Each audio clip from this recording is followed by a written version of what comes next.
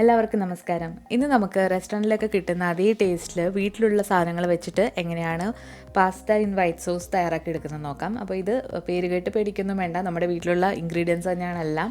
അതുപോലെ തന്നെ കുട്ടികൾക്കും മുതിർന്നവർക്കും ഒക്കെ ഒരേപോലെ ഇഷ്ടപ്പെടുന്ന ഒരു പാസ്ത റെസിപ്പിയാണ്. അപ്പോൾ അധികം സ്പൈസി ഒന്നുമല്ല, എങ്കിലും നല്ല ടേസ്റ്റി ആയിട്ടുള്ള ഒരു പാസ്തയാണ്. ഇതൊരു റിക്വസ്റ്റഡ് വീഡിയോ ആണ്. അപ്പോൾ അധികം താമസിയാതെ ഈ ഒരു റെസിപ്പി എങ്ങനെയാണ് തയ്യാറാക്കി എടുക്കുന്നത് നോക്കാം. അപ്പോൾ ഈ ഒരു റെസിപ്പിക്ക് വേണ്ടിയിട്ട് ഞാനിവിടെ 1 കപ്പ് പാസ്തയാണ് എടുത്തിട്ടുള്ളത്. അപ്പോൾ ഏത് ടൈപ്പിലുള്ള പാസ്ത വേണമെങ്കിലും നിങ്ങൾക്ക് ഇത് എടുക്കാവുന്നതാണ്. സ്പഗറ്റി എടുക്കാം, അതുപോലെ നൂഡിൽസ് പോലെ നീണ്ടിരിക്കുന്നത് എടുക്കാം, ഇഷ്ടമുള്ള ഷേപ്പിൽ എടുക്കാവുന്നതാണ്. ഇനി നമുക്കൊന്ന് കുക്ക് ചെയ്തെടുക്കണം. അപ്പോൾ അതിന് വേണ്ടിയിട്ട് കുറച്ചധികം വെള്ളം ഞാനിവിടെ തിളപ്പിക്കാനായിട്ട് വെച്ചിട്ടുണ്ട്. അതിലേക്ക് നമ്മൾ ഈ എടുത്ത് വെച്ചിരിക്കുന്ന പാസ്ത ഇട്ട് കൊടുത്തിട്ട് നന്നായിട്ടൊന്ന് കുക്ക് ചെയ്തെടുക്കാം. അപ്പോൾ പാസ്തയുടെ കവറിൽ എഴുതിയിട്ടുണ്ടാകും എത്ര സമയം ഇത് കുക്ക് ചെയ്തെടുക്കണം എന്ന്. അപ്പോൾ 8 മിനിറ്റ് മുതൽ 10 മിനിറ്റ് വരെ ഇത് കുക്ക് ചെയ്യാനായിട്ട് സമയമെടുക്കും. ഇതിലേക്ക് ആവശ്യത്തിനുള്ള ഉപ്പ് കൂടി ചേർത്ത് കൊടുക്കുന്നുണ്ട്. അതുപോലെ തന്നെ ഈ പാസ്ത ഒട്ടി പിടിക്കാതിരിക്കാൻ വേണ്ടിയിട്ട് ഇതിലേക്ക് കുറച്ച് ഓയിൽ കൂടി ചേർത്ത് കൊടുക്കാം. അപ്പോൾ ഞാനിവിടെ ഒലിവ് ഓയിലാണ് എടുത്തിട്ടുള്ളത്. അതുപോലെ നിങ്ങൾ എടുക്കുമ്പോൾ വെജിറ്റബിൾ ഓയിൽ തന്നെ എടുക്കാനായിട്ട് ശ്രദ്ധിക്കുക, വെളിച്ചെണ്ണയിൽ ഇത് ചെയ്യരുത്. അപ്പോൾ ഇനി ഇത് നന്നായിട്ടൊന്ന് കുക്ക് ചെയ്തെടുക്കാം. ഇപ്പോൾ നമ്മുടെ പാസ്ത നന്നായിട്ട് കുക്കായി വന്നിട്ടുണ്ട്. ഇനി നമുക്കിത് കുക്കായെന്ന് നോക്കാം. അപ്പോൾ ഒരു സ്പൂൺ വെച്ചിട്ട് നമ്മളിതൊന്ന് മുറിച്ച് കൊടുക്കുമ്പോൾ 2ആയിട്ട് മുറിയുകയാണെങ്കിൽ നന്നായിട്ട് കുക്കായി വന്നിട്ടുണ്ട്. ഇനി ഇത് അരിച്ചൊന്ന് മാറ്റി വെക്കാം. അപ്പോൾ ഞാനിവിടെ ഒരു പാത്രത്തിലേക്ക് ഇത് അരിച്ച് മാറ്റി വെക്കുകയാണ്. ഒരുമിച്ച് അരിച്ചെടുക്കാവുന്നതാണ്. അപ്പോൾ എല്ലാം അരിച്ച് എടുത്തിട്ടുണ്ട്. നമുക്കിനി ഇതിലേക്ക് വേണ്ടിയിട്ടുള്ള പച്ചക്കറികളും അതുപോലെ തന്നെ വൈറ്റ് സോസൊക്കെ ഒന്ന് തയ്യാറാക്കി എടുക്കാം.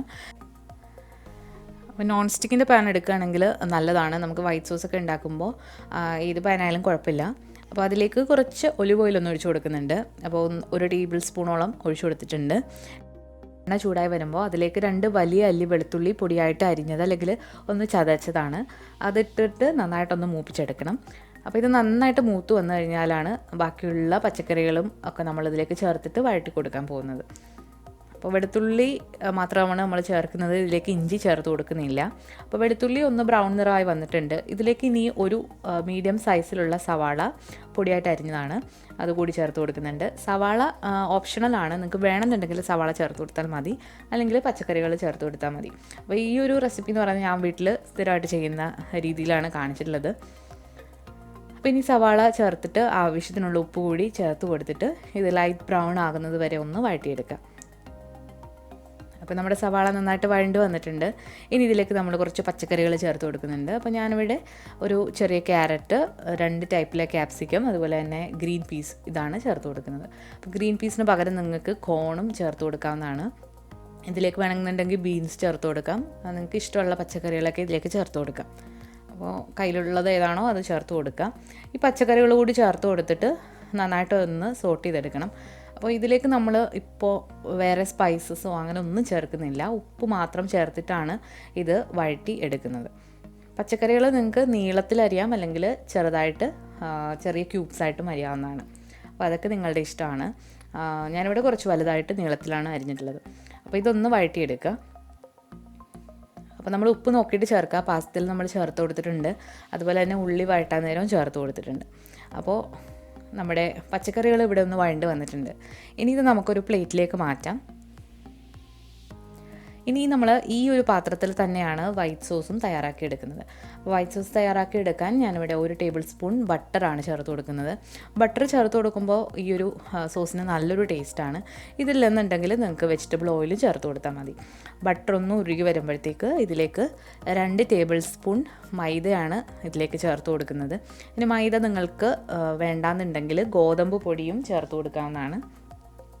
ഇനി മൈദ നല്ലതായിട്ട് ഒന്ന് മൂപ്പിച്ചെടുക്കണം. ഇതിൻ്റെ പച്ചമണമൊക്കെ മാറി ലൈറ്റ് ബ്രൗൺ ആകുന്നത് വരെ ഇതൊന്ന് വഴറ്റിയെടുക്കണം. അപ്പോൾ നമ്മളിത് ഇങ്ങനെ ആക്കുമ്പോൾ ഇത് കട്ടയൊന്നും ഇല്ലാതെ ഇങ്ങനെ ആയി വരും. ഇതിപ്പോൾ പച്ചമണമൊക്കെ മാറി ലൈറ്റ് ബ്രൗൺ ആയി വന്നിട്ടുണ്ട്. ഇനി ഇതിലേക്ക് നമ്മൾ ഈ ഒരു പാസ്തയുടെ മെയിൻ ഇൻഗ്രീഡിയൻ്റ് ആയ പാലാണ് ഒഴിച്ചു കൊടുക്കുന്നത്.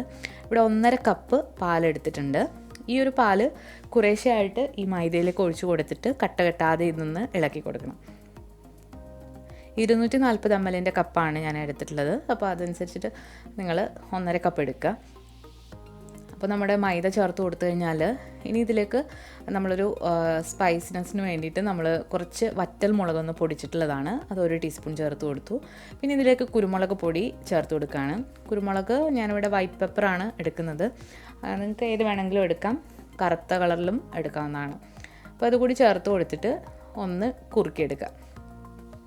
ഇത് മീഡിയം ഫ്ലെയിമിലിട്ട് നമ്മളൊന്ന് ഇളക്കുമ്പോഴത്തേക്ക് നന്നായിട്ട് കുറുകി വരും.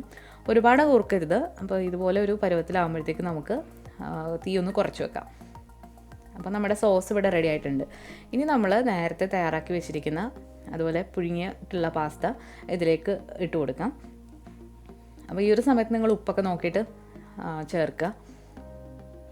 ഇനി ഇതിലേക്ക് വേണമെന്നുണ്ടെങ്കിൽ നിങ്ങൾക്ക് ഒറിഗാനോ ഒക്കെ ചേർത്ത് കൊടുക്കാം. പക്ഷേ ഇത് നമ്മളിപ്പോൾ വീട്ടിലുള്ള ഇൻഗ്രീഡിയൻസ് വെച്ചിട്ടാണ് ചെയ്യുന്നത്, അപ്പോൾ അത് ചേർത്തില്ലെങ്കിലും കുഴപ്പമൊന്നുമില്ല. അപ്പോൾ നമ്മുടെ പാസ്ത കൂടി ഇതിലേക്ക് ഇട്ട് കൊടുത്തിട്ട് നന്നായിട്ടൊന്ന് കോട്ടാക്കി എടുക്കുക എല്ലാ ഭാഗത്തേക്കും.